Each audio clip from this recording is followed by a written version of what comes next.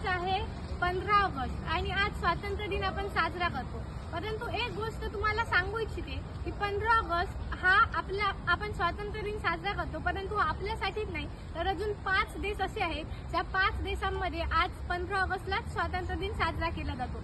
तर मग त्या 5 देशांपैकी मी 7 किंवा 5 सांगण्याचा प्रयत्न करते। सर्वात प्रथम आहे तो म्हणजे दक्षिण कोरिया आणि उत्तर कोरिया।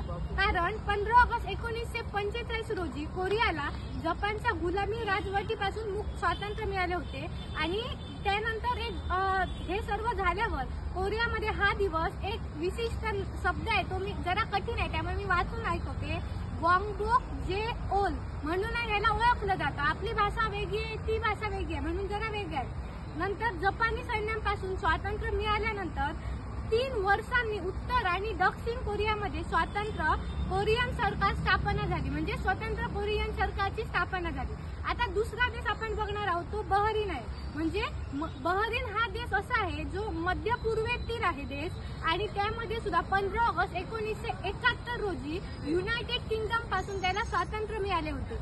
आणि नंतर मग अजून जो देश आहे तो कॉंगो रिपब्लिक, म्हणजे कॉंगो रिपब्लिक हा देश 15 ऑगस्टला कॉंगोली राष्ट्रीय दिवस साजरा करतो।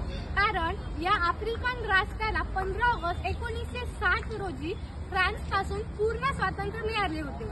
आणि अजून एक आहे जो 5वा आहे तो म्हणजे लिechtenstein आहे। हा 15 ऑगस्ट 1966 रोजी जर्मनी पासून या देशाला स्वातंत्र्य मिळाले होते। असे हे 5 देश आहेत। म्हणजे आपण भारतामध्ये जो भारत देश आहे तो 15 ऑगस्टला स्वातंत्र्य दिन साजरा करतो, परंतु हे 5 दिवस आहेत ते सुद्धा 15 ऑगस्टला साजरे करतात आपले स्वातंत्र्य दिन। धन्यवाद।